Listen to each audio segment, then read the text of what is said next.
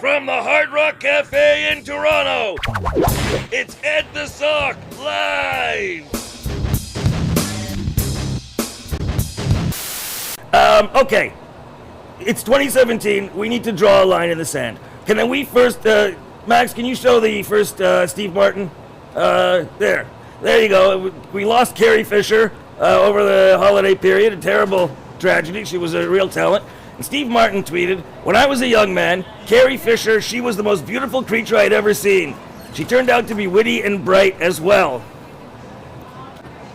Okay, sounds nice, right? No, it's not nice, because people on the internet said that he was objectifying her or some other crap. They jumped on him. They made him apologize for putting up that tweet. Apologize for a nice tweet, for saying that when he was a young guy and probably only appreciated people's looks, he thought she was beautiful. And he didn't say hot, he said beautiful, which is a whole different thing. And then he said he discovered that she was also, witty and smart and so on.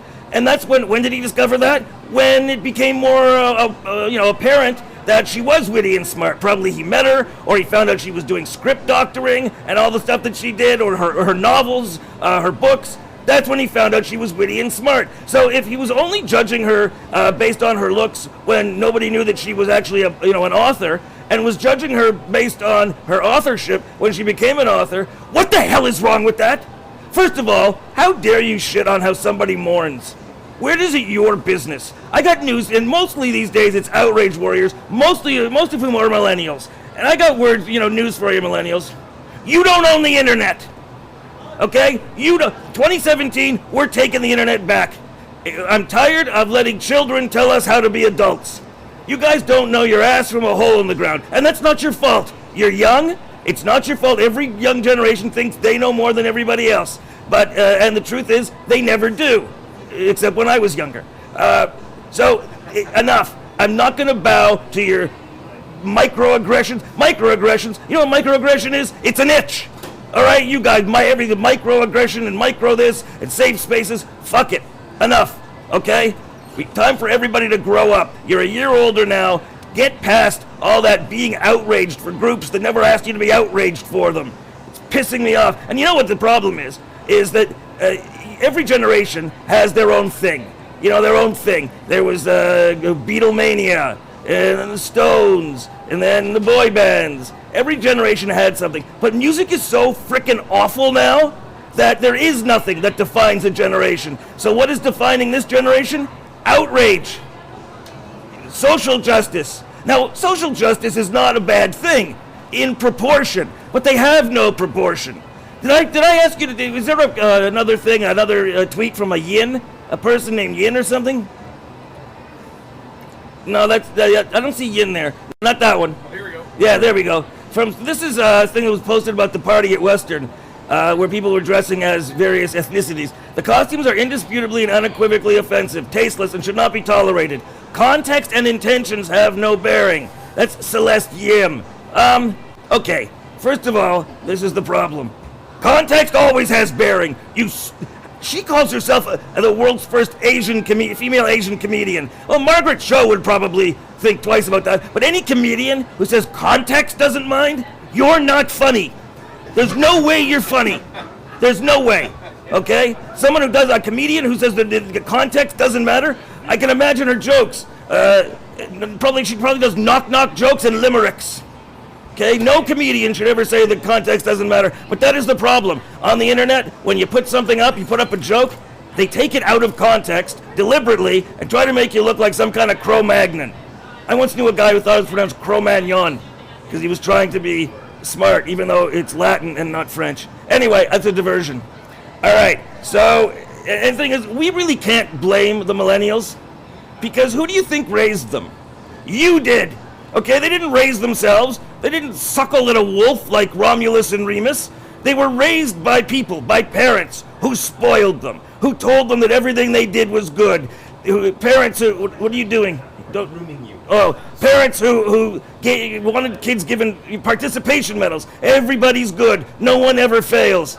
Well, you know what? That's not preparing them for the future. In the old days, even that long ago, here's an example. In the old days, when you wanted to watch a show on TV, you had to be home to watch it when it was on. or you can try to catch it in reruns in the summer. Now, you have to, if you want to watch a show, you can choose when to watch it, where to watch it, how to watch it. You can completely edit the experience. So in the old days, you had to learn how to fit in with the world. Now, you're making the world fit you. I understand. You get to choose your music. You get to choose all of your input and your social interactions. You get to choose and edit the world that's around you. But you need to understand something. That's only online. And even there, you don't own the internet. So if you see somebody making a joke and you consider it offensive, probably you should shut the fuck up. Okay? Just a hunch. Most likely you should shut the fuck up. Because most likely it's a joke that is actually not offensive. Most jokes tend to be jokes that help make people more comfortable with various things. All right? With, different social changes and so on. As long as you're not calling for someone to be killed or mocking them, as long as you're making a joke, if you make a joke about differences, that's okay. You people need to shut the fuck up. All right? What do you think, guys? What do you... I think it was well said, man. Thank you very much. Look, we grew up, I can say I grew up in the 80s, and my mom didn't want to be my friend. She wanted to be my parent. And I knew, because I play sports, there was such a thing as winning and losing. I didn't get a medal because I lost. My mom didn't stroke my hair and said, "Good job on being a loser, son." No, I learned how to cope with losing. All right, just as like you just summed up. So a heaping load of shut the fuck up and take a second helping if you can't handle Steve Martin praising a woman's beauty and then albeit finding out that, yes, she's got a brain up there. All right, and here's another Steve Martin tweet, by the way. He was beaten up once before on the internet. Show the tweet. Oh, show first the other one. Which other one? The other one? The first one? No, the other one that says Steve Martin won. Where's the other one? There's two. We need to have meetings. We need to have pre-production meetings. Need to have... All right, forget it. All right, put it back up. Put that one back up. That's the one that everybody was... Put it back up, there. That's the one. All right, so Bethany Weddle, I don't know, said, is this Steve Martin, is this how you spell lasagna? And he said, it depends. Are you in an African-American neighborhood or in an Italian restaurant? Okay, all right. And now let's ask a black fella. That should be a new segment. He's I'm a black fella, man. Yeah, let's ask a black fella. Did you find that offensive?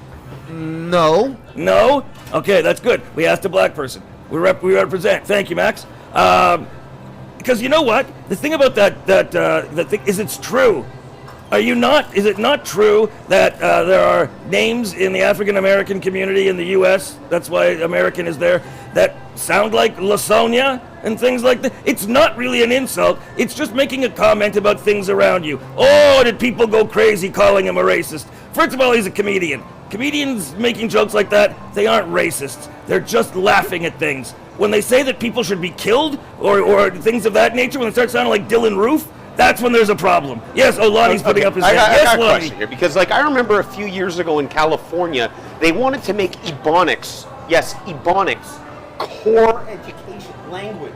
And then they're offended now, because I thought of right away, lasagna being the Ebonic way of spelling lasagna. So wait, you want your lasagna and be able to eat it and spell it the same way, but it's wrong if we call you out on it? It's all of a sudden racist because you spelt lasagna in Ebonics?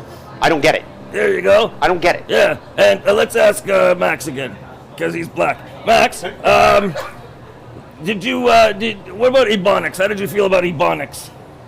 I never heard of Ebonics. All right, there we go. Okay, that ends that.